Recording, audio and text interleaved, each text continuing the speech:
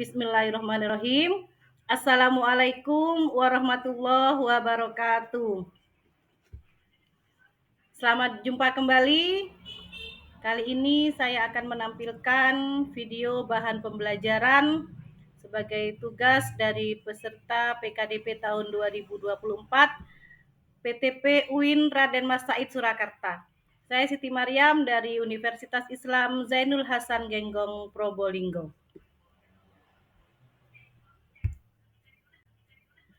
Mata kuliah yang saya ampu adalah filsafat pendidikan Islam. Materi kali ini adalah tentang pengertian dan ruang lingkup filsafat pendidikan Islam. Nah, CPL yang ingin dicapai dalam pembelajaran kali ini adalah tentang sikap.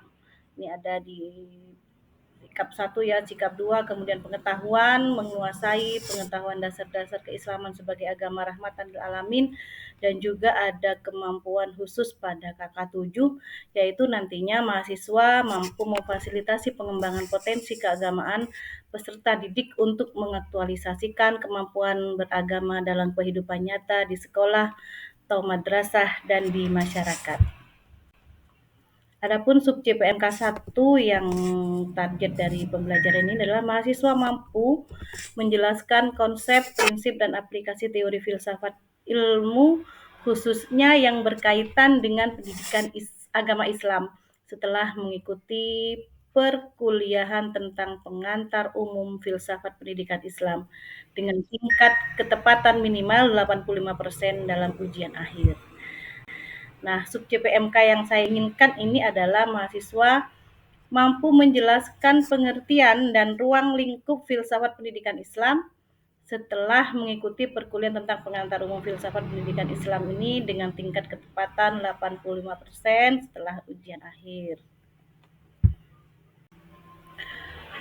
Filsafat pendidikan Islam adalah cabang dari filsafat umum. Artinya, filsafat pendidikan Islam ini tidak berdiri sendiri, tapi berakar pada filsafat secara umum, namun fokus nantinya pada pendidikan yang berlandaskan ajaran Islam.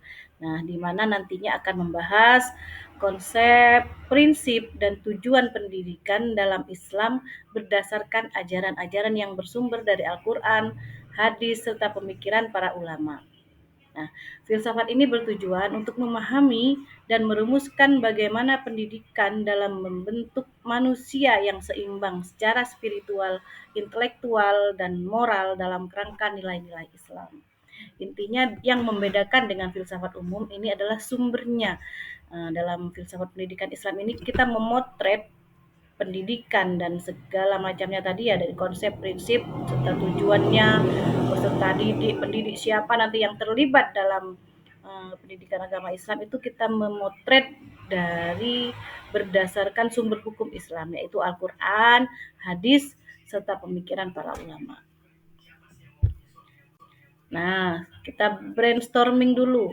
Ini pakai Mentimeter ya. Silahkan teman-teman untuk memberikan satu kata apa yang kalian pikirkan tentang filsafat pendidikan Islam. Nah, boleh kita kirim di chat WA ya, di chat WA, di grup, silahkan. Oke, baik, terima kasih. Ini sudah muncul beberapa. Saya lanjutkan. Nah, ruang lingkup yang ada dalam filsafat pendidikan Islam ini adalah mencakup beberapa aspek yang berkaitan dengan di pengertian tadi ya, ada konsep, tujuan, praktik pendidikan dalam Islam. Nah, beberapa aspek tersebut ini ada di slide selanjutnya, yaitu 1, tujuan pendidikan Islam, mengarahkan pendidikan Islam pada pengembangan spiritual, moral, dan intelektual sesuai dengan ajaran Islam. Kemudian yang kedua, kurikulum pendidikan Islam diatur sedemikian rupa agar sesuai dengan nilai-nilai Al-Quran dan hadis. Yang ketiga, ada pendidik dan peserta didik. Pendidik dalam pendidikan Islam diharapkan memiliki pemahaman yang mendalam tentang Islam, sedangkan peserta didik diharapkan mampu mengembangkan potensi mereka dalam bingkai ajaran agama.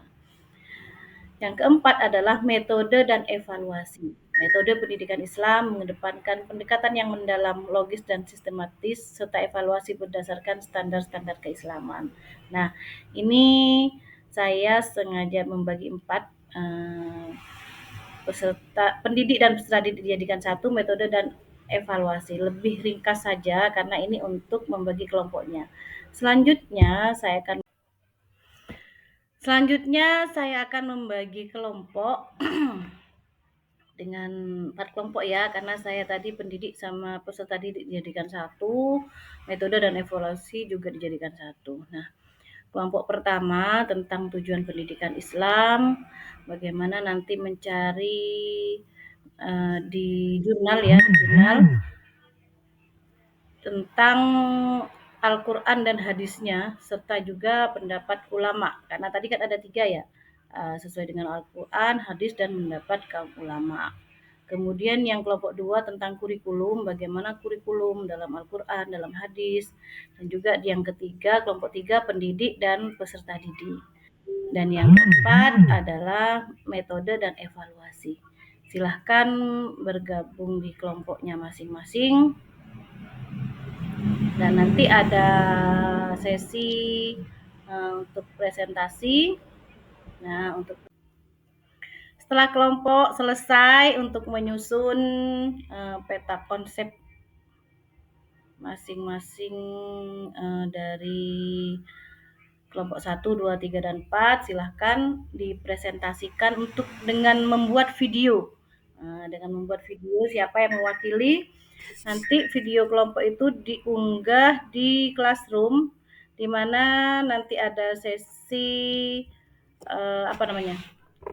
untuk saling mengomentari. Video kelompok 1 nanti yang komentari di bawahnya adalah kelompok 2, 3, dan 4. Video kelompok 2 berarti kelompok 1, 3, dan 4. Sedangkan video kelompok 3 itu berarti 1, 2, dan 4. Dan video yang keempat adalah kelompok 1, 2, dan 3. Setelah itu pembelajaran ini selesai. Terima kasih. Wassalamualaikum warahmatullahi wabarakatuh.